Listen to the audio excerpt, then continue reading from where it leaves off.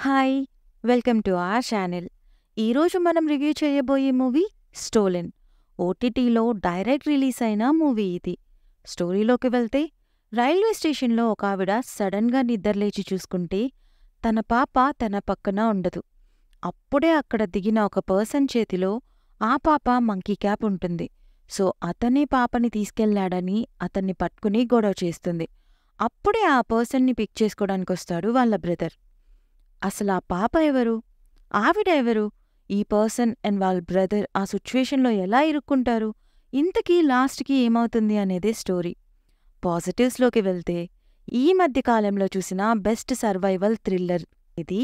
Movie మొత్తం ఒక night to morning జరుగుతుంది. Perfect packed screen play and ఒక్కో ఆర్టిస్ట్ క్యారెక్టర్‌లోకి ఇన్వాల్వ్ అయిపోయి పర్ఫార్మెన్స్ చేశారు. కొంచెం మిస్ అయినా థ్రిల్ పోతుంది అలాంటి మేకింగ్ ఇది.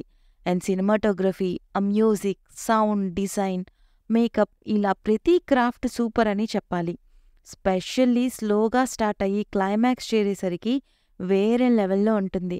కిడ్నాప్తో మొదలయ్యే స్టోరీలో మల్టిపుల్ టాపిక్స్ డిస్కస్ చేశారు. బట్ అవి స్క్రీన్ ప్లేలో కలిసిపోయి ఉంటాయి. ఇక నెగటివ్స్ అంటే నాకు పెద్దగా ఏమనిపించలేదు. ఓవరాల్గా మూవీ చాలా బాగుంది.